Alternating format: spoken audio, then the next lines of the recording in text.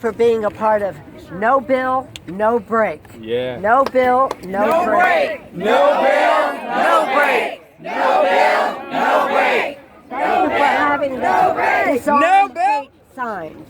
Disarm hate. Doesn't that say it all? Doesn't that say it all? And it was, I think we have a special moment. You see our members, some of them coming here. Florida now. And on the floor of the House all day, empowered by what you are doing, your energy in all of this. You are so important. Nothing is more eloquent to a member of Congress than the voice of his or her own constituents. So thank you for making your voices heard in the Congress. But today, Thank you for seeing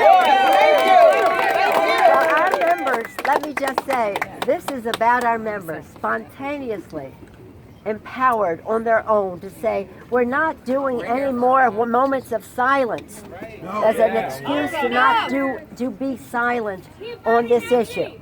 We don't want any more moments of silence. Of course, we pray for those who we've lost. Our thoughts and prayers are with them. But to really honor them, we have to act upon those nice phrases. So it's not enough. And all right, enough. We've had enough. So we've got our what we want to say. Enough. Disarm hate. Disarm hate. Enough. No bill, no break. Thank you all very much.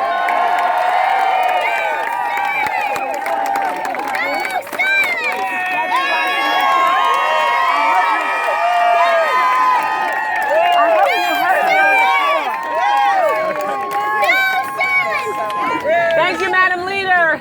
Thank you to all of you for being out here and having our backs. We have spent the entire day on the floor, literally, of the House of Representatives, standing strong, making sure that Americans understand that we stand with the overwhelming majority of Americans that believe that we should pass legislation to make sure that people who shouldn't have guns can't get them. That people who are on the terrorist watch list or who are under suspicion of terrorism should not be able to get access to a gun. Today in the Appropriations Committee, before we went to the floor, the Republicans defeated overwhelmingly an amendment that would have done exactly what I just said, made sure that if you are under reasonable suspicion of terrorism, that you would not be able to purchase a gun. And they, over and over and over again, spoke against that. They are so beholden to the NRA. They worship at the altar of the National Rifle Association and gun manufacturers. And they should be ashamed. And we called shame on them today. And we will continue to do that until they give us a vote. I had the deepest privilege and just hung up with my very dear friend Gabby Giffords and Leader Pelosi. I had the privilege of reading her letter to our colleagues on the floor this afternoon to talk about how important it is that we make sure that we amplify the voices of the families whose children have been lost, of those 26 six-year-olds from Newtown, the 49 souls that were just lost in my home state not 10 days ago.